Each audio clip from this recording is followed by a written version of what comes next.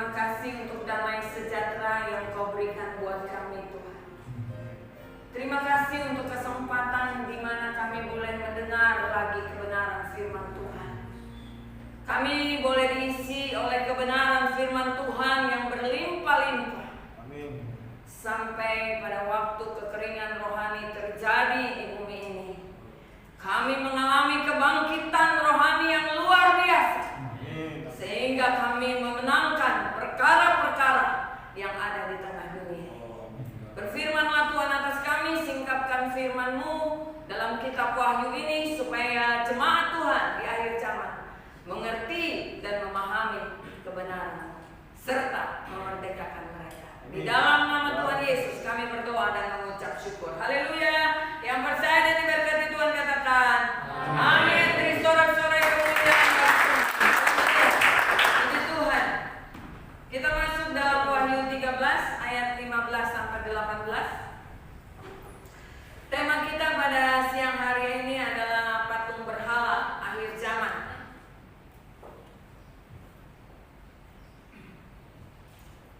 Kita mau lihat patung berhala seperti apa yang terjadi dan ada saat ini di tengah-tengah dunia ini. Patung berhala yang bernyawa saat ini sudah mulai ada, yang nanti kekuatannya akan bisa membunuh, membinasakan dan menghancurkan manusia akhir zaman.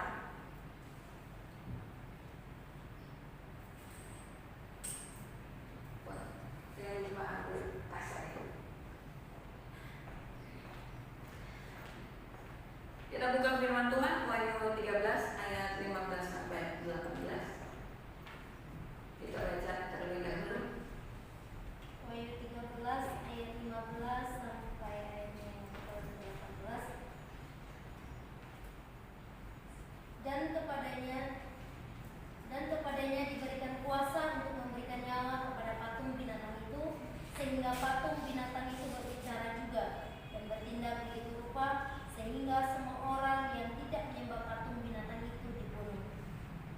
Dan ia menyebabkan sehingga kepada semua orang, kecil atau besar, kaya atau miskin, merdeka atau hamba, diberi tanda pada tangan kanannya atau pada dahinya. Dan tidak seorang pun yang dapat membeli atau menjual selain daripada mereka yang memakai tanda itu, yaitu nama binatang itu atau bilangan namanya. Yang penting di sini ialah hikmat. Barang siapa yang bijaksana, baiklah ia menghitung bilangan binatang itu, karena bilangan itu adalah bilangan seorang manusia, dan bilangannya ialah 606. Sampai di sini kebenaran firman Tuhan. Sekali lagi saya katakan bahwa patung berhala yang bernyawa saat ini sudah mulai ada, yang nanti kekuatannya akan bisa membunuh, membinasakan, menghancurkan manusia di akhir zaman ini. Cikal bakalnya adalah uang. Cikal bakalnya adalah duit. Yang namanya uang ini punya nyawa. Uang kepada seseorang yang berhati tidak baik, ini bisa berbisik sama orang-orang yang hatinya nggak baik. Ayo berzina. Kamu punya duit banyak, kamu bisa berzina. Nikmat. Ini memerintah. Ini memerintah kita. Ini punya kata-kata.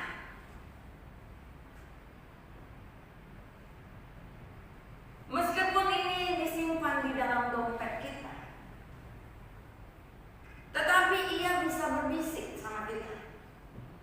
Ayo, kamu berzina.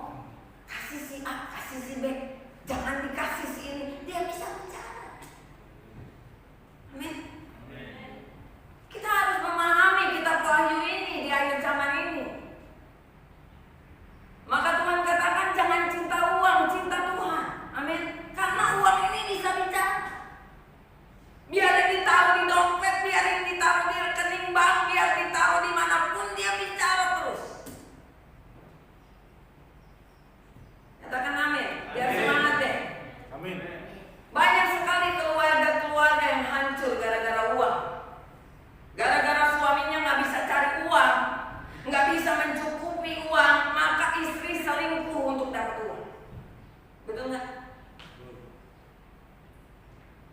Ini berbicara kepada orang lain, dia menyuruh, ayo mencuri, ayo mencuri. Kepada seorang pemuda yang kepepet supaya dia berbicara, ayo mencuri, ambil aku supaya kamu dapat. Uang itu memiliki getaran yang bisa berbisik kepada kita. Amin. Kalau kita tidak memiliki mental hati yang kudus, maka uang ini akan mengilhami kita untuk melakukan hal-hal keburukan dalam hidup kita. Ini bisa menyuruh kita untuk membunuh. Uang juga bisa menyuruh kita untuk berzina. Kita lihat ayat 15.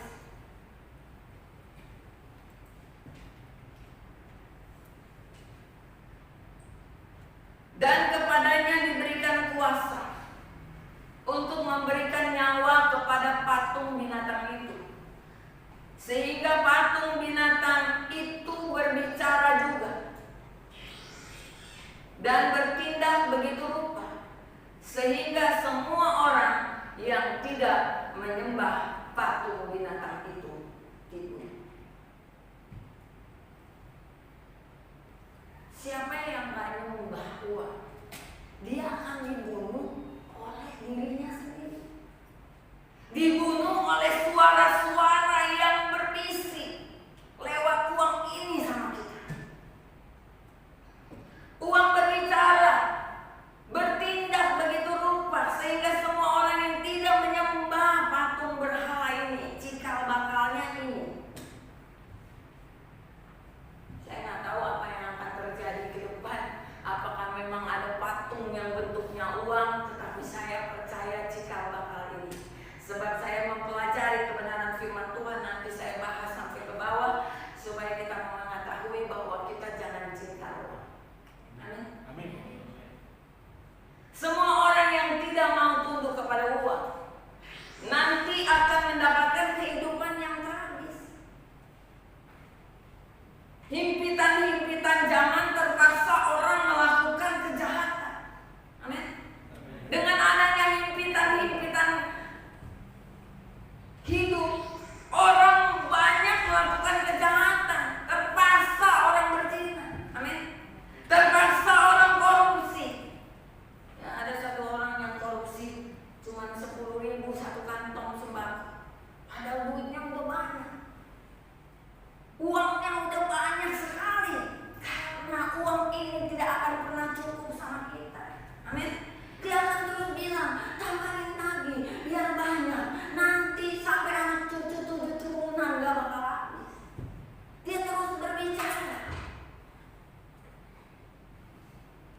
dengan himpitan-himpitan yang terjadi di tengah dunia ini. Orang terpaksa melakukan kejahatan, orang terpaksa korupsi. Itu semua satu suara yang muncul dari benda yang namanya uang. Amin. Patung ini berbicara juga dan bertindak begitu rupa, dikatakan di firman Tuhan ini, sehingga semua orang yang tidak menyembah patung binatang ini akan dibunuh oleh dirinya sendiri. Bisikan-bisikan itu akan membunuh dirinya sendiri. Sekarang terjadi perbudakan besar-besaran atas manusia oleh uang. Amin. Betul? Manusia melakukan segala sesuatu karena uang. Kita sedang rapat untuk dirikan yayasan di tempat ini. Amin. Saya lagi cari bendahara. Susah banget punya bendahara. Haleluya. Biarlah bendahara ini ditunjuk oleh Tuhan. Amin. Bahkan sekarang ini karena perbudakan besar-besaran atas manusia oleh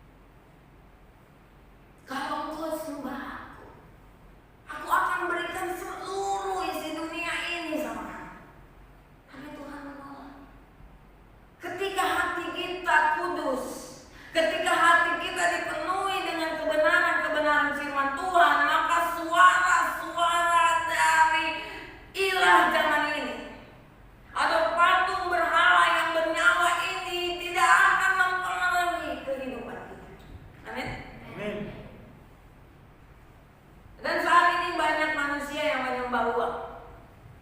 Betul nggak? Bukan lagi takut akan Tuhan, tapi takut kalau kekurangan uang. Kita anak-anak Tuhan pasti dipelihara oleh Tuhan, katakan amin. Amin. Nggak perlu takut sama uang. Saya nggak punya apa-apa mau dirikan yayasan. Saya percaya Tuhan ada. Ketika yayasan ini didirikan, maka Tuhan yang akan bertindak. Kalau tidak akan berdiri yayasan. Amin. Karena menurut saya, ketika yayasan ini berdiri, saya yang terbatas membantu orang-orang saat ini, saya bisa lebih lagi melakukan bantuan-bantuan, lebih lagi dan lebih lagi. Karena adanya yayasan. Kalau sekarang saya terbatas membantu seseorang, sekolah, dan segala hal. Tapi dengan adanya yayasan ini, Tuhan memberkati dan bisa membantu lebih banyak lagi orang. Bahkan membuka peluang untuk pekerjaan-pekerjaan baru buat mereka. Amin.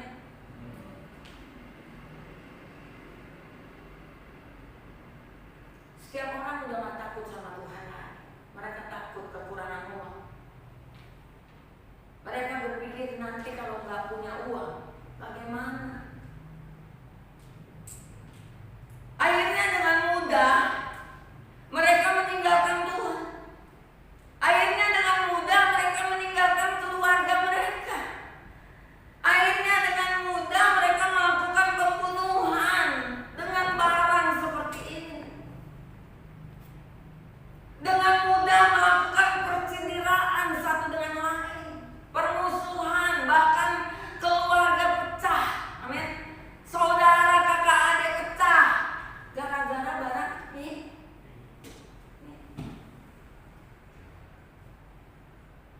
Kekuatan ini, kekuatan duit ini sangat besar. Kekuatannya pembunuh yang besar. Kekuatannya penghancur yang besar. Yang ditimbulkan oleh berhala akhir zaman yang bernama uang ini. Jadi sebagai orang yang benar di dalam Tuhan, kita jangan sampai diperbudak oleh uang. Amin. Tangan kita jangan sampai ditandai oleh uang ini. Tangan kita jangan sampai diperbudak oleh uang. Karena uang kita rela melakukan apa saja. Melakukan dosa sekalipun, menghancurkan orang lain, membunuh orang dengan tangan yang digerakkan oleh uang dan lengan yang digerakkan oleh roh yang ada pada uang ini. Uang ini ada rohnya. Makanya dia bisa bicara. Ada nyawanya. Amin. Oleh karena kekuatan yang ada pada uang ini, orang seringkali melakukan tipu daya. Orang seringkali melakukan tipu muslihat. Bahkan yang kerja di perbankan karena kepepet, karena satu dan dua hal, akhirnya melakukan kecurangan-kecurangan, mengambil uangnya,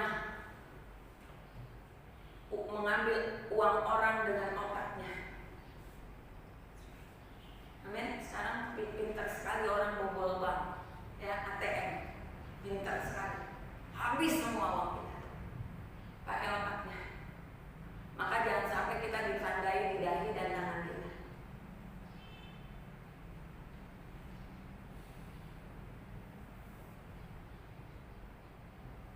Itu dahinya sudah mendapatkan cap uang. Kalau dalam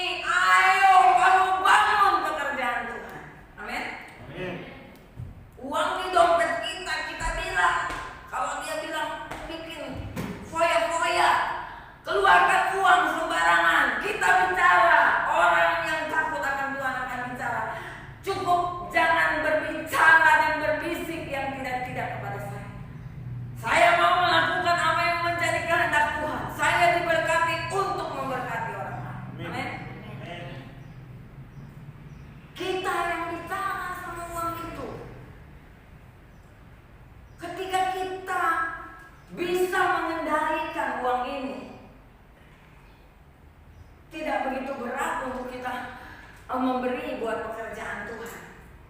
Sebab kita yang memerintah uang itu. Amin. Kita yang memerintah atas harta benda di dunia ini.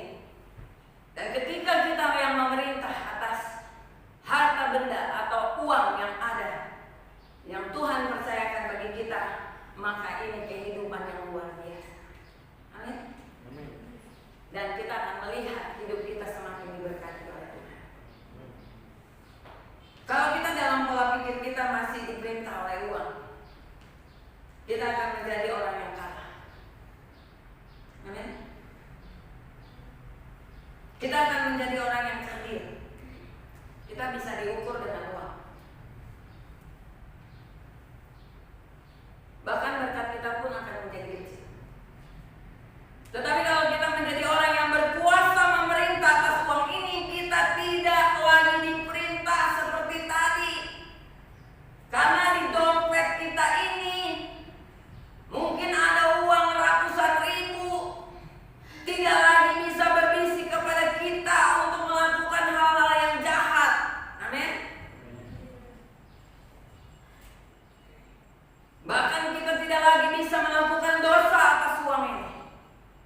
Uang ini tidak lagi bisa menghancurkan kehidupan kita. Bahkan rohani kita tidak bisa dibunuh, tidak bisa dimatikan oleh uang ini.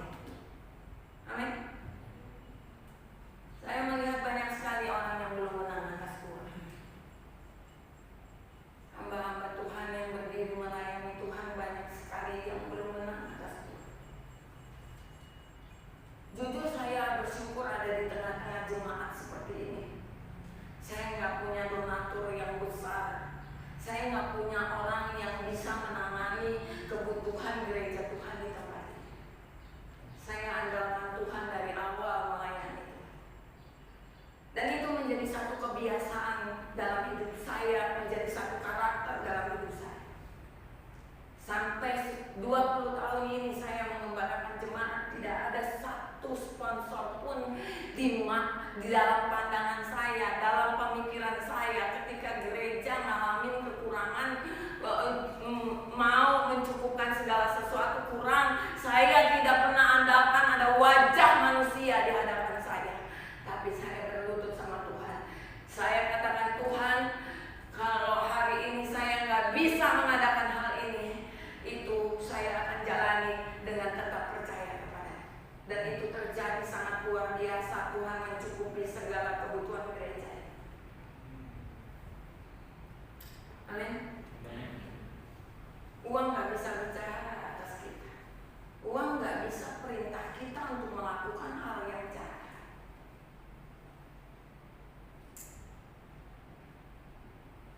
Tetapi kita sebagai orang-orang kudus mampu mengendalikan harta ini. Uang ini harus dikendalikan, harus diperintah, harus kita yang perintah. Dan ketika kita perintah uang ini harus taat sama kita. Amin.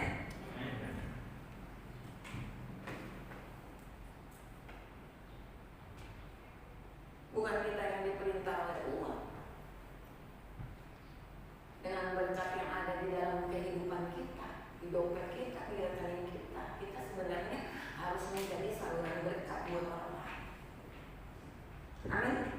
Kalau kita menyadari bahwa uang yang kita peroleh adalah punya Tuhan, maka tidak berat buat kita untuk memberi buat pekerjaan Tuhan. Enggak benar.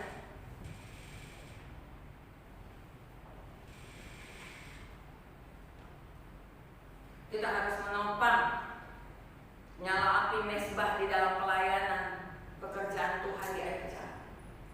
Minggu depan saya akan bicara tentang mesbah Tuhan. Mesbah Tuhan bicara tentang pengorbanan. Kalau kita udah menang atas uang, kita bisa masuk dalam mesbah Tuhan, pengorbanan. Bukan hanya secara lahiriah, tetapi secara rohani, secara jasmani dan rohani kita mampu untuk berkorban bagi pekerjaan. Dan itu hal yang sangat bahagia. Kalau kita sudah menang atas uang dan kita sudah bisa memerintah uang di tangan kita, di dompet kita, di rekening kita untuk melakukan pekerjaan Tuhan, maka saya percaya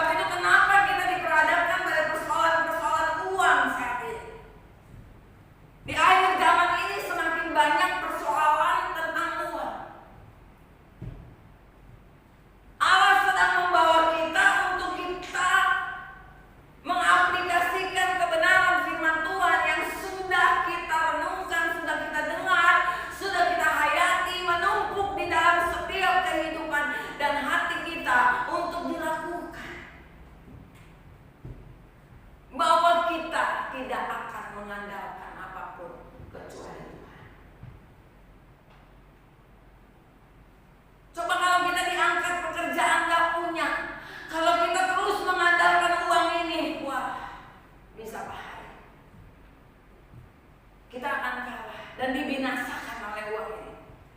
Dibinasakan oleh patung berhala ini yang terus berbisik-bisik, ayo mencuri, anakmu belum makan, istrimu belum makan,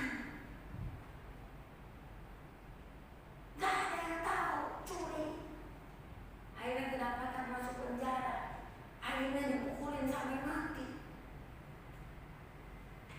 Uang ini bisa membunuh, dibunuh, kata firman Tuhan. Siapa yang menyembah patung berhala ini? Jika bakalnya uangnya,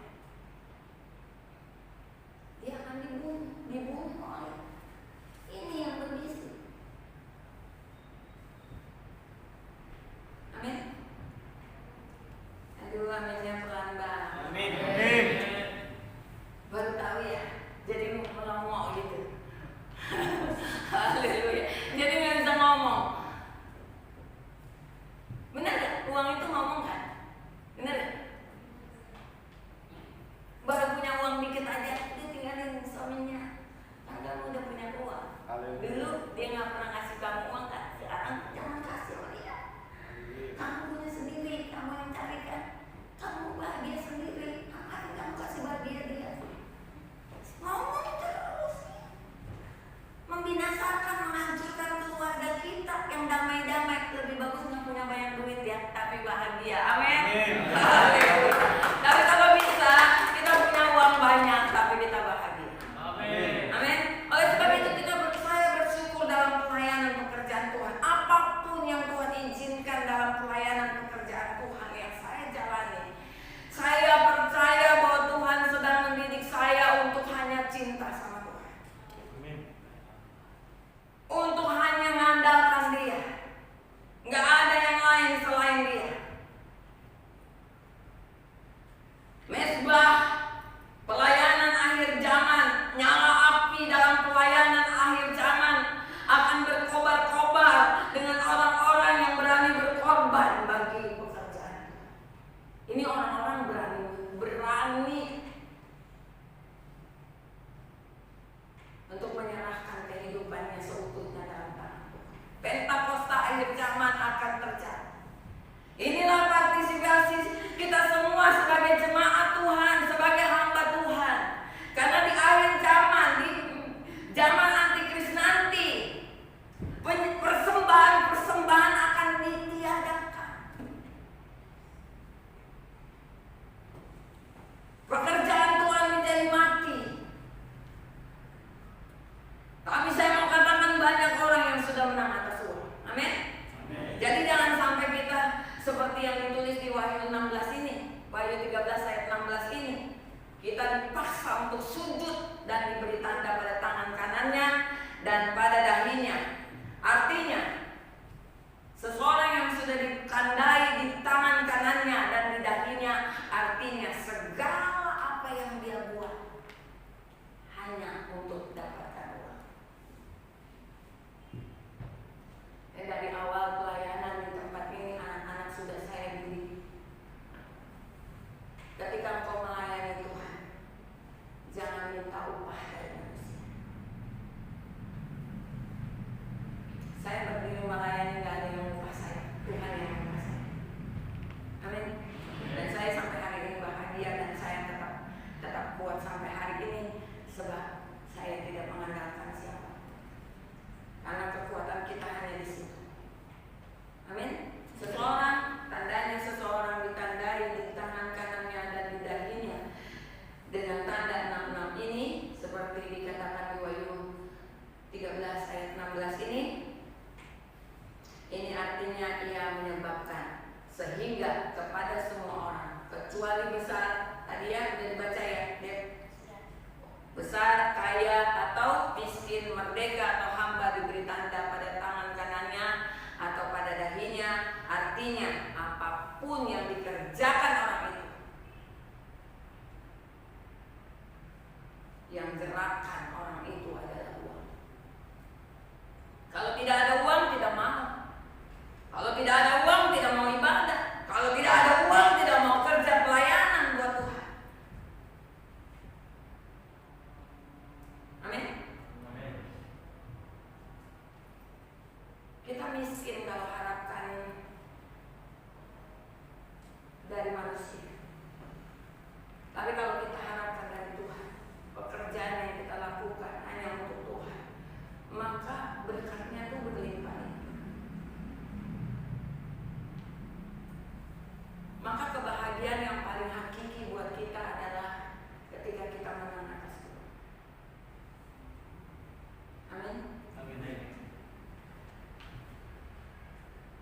Jangan ketika kita memikirkan sesuatu yang kita pikirkan adalah uang. Ketika kita melakukan sesuatu dengan tangan kita, mikirin ada uang. Saya lagi naik ke taraf berikutnya, calon-calon hamba Tuhan yang mau lulus ini. Saya mulai mengajar mereka untuk melakukan pekerjaan tanpa diberikan uang. Dan mereka akan lihat bagaimana pertolongan Tuhan saat mereka butuh Tuhan berikan. Saya apa yang bisa saya berikan? Nggak punya apa-apa. Tapi kalau Tuhan yang beri, Dia beri dengan sangat luar biasa. Amin. Amin. Jadi jangan sampai kita dicap oleh kuasa Kegelapan. dicap oleh kuasa-kuasa iblis yang nggak kelihatan itu. 66 ayat 17. Ayat 17, dan tidak seorang pun yang dapat membeli atau menjual selain daripada mereka yang memakai tanda itu, yaitu nama binatang itu atau bilangan namanya. Jadi tanpa uang orang tidak bisa jual beli. Ya memang. Ini luar biasa sekali. Orang nggak bisa jual beli kalau nggak ada uang, betul nggak? Ayat 18. Yang penting di sini ialah hikmat. Barang siapa yang bijaksana, baiklah ia menghitung bilangan binatang itu, karena bilangan itu adalah bilangan seorang manusia, dan bilangannya ialah 606. Iya. Menghitung di sini berasal dari bahasa Yunani yang artinya teka-teki. Jadi kita yang harus memecahkan ini.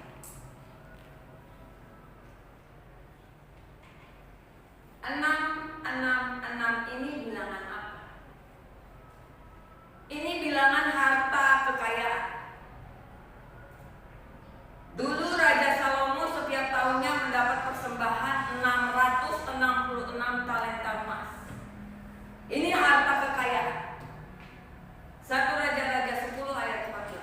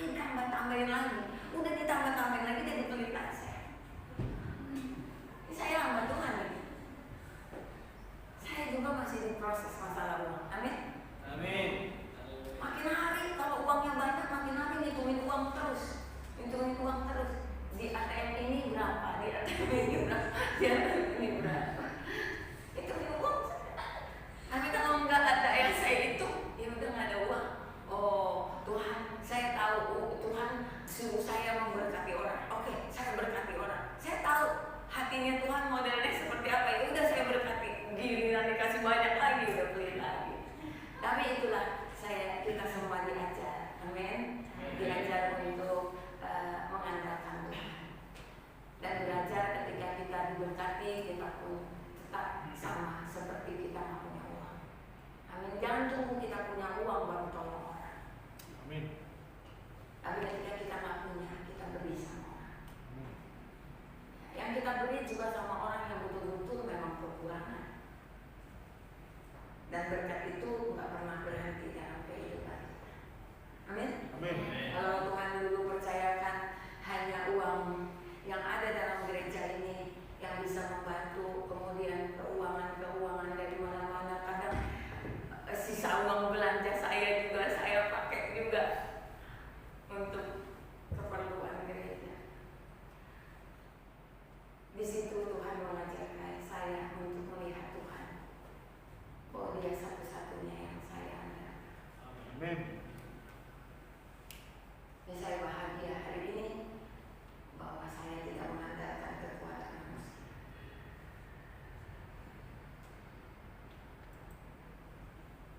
Jadi jangan pernah kita diperintah oleh uang. Kita yang harus perintah uang. Amin. Amin. Amin. Pikiran kita tidak ditandai dengan tanda 666 atau tanda harta.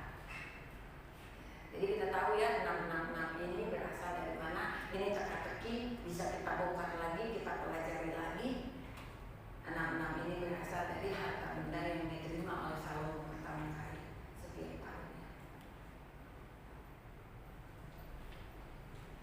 Jadi biarlah kita bisa mengelola keuangan ini supaya perbuatan tangan kita dan pikiran kita bisa memerintah uang ini. Amin. Saya belajar untuk tidak mau diperintah oleh uang. Dulu mungkin saya masih mau beli ini, beli itu. Sekarang kalau saya ada uang, saya tahu. Saya pikir nanti Tuhan pasti butuh. Maka saya akan berikan untuk pekerjaan. Kalau Tuhan lagi kasih saya uang banyak, saya simpan. Karena saya tahu satu waktu Tuhan butuh untuk saya melakukan pekerjaan Tuhan lebih lagi, dan saya tidak tahu apa yang akan dirancangkan Tuhan ke depan. Amin. Amin. Kiranya kita menang atas uang. Kita jangan menyembah berhala yang hidup ini. Kita jangan menyembah berhala yang bernyawa ini, yang bisa bersuara. Tetapi kita harus menang atas uang. Tuhan memberkati kita. Amin. Amin. Nyatakan satu pujian satu-satunya yang kita adakan. Betul nggak?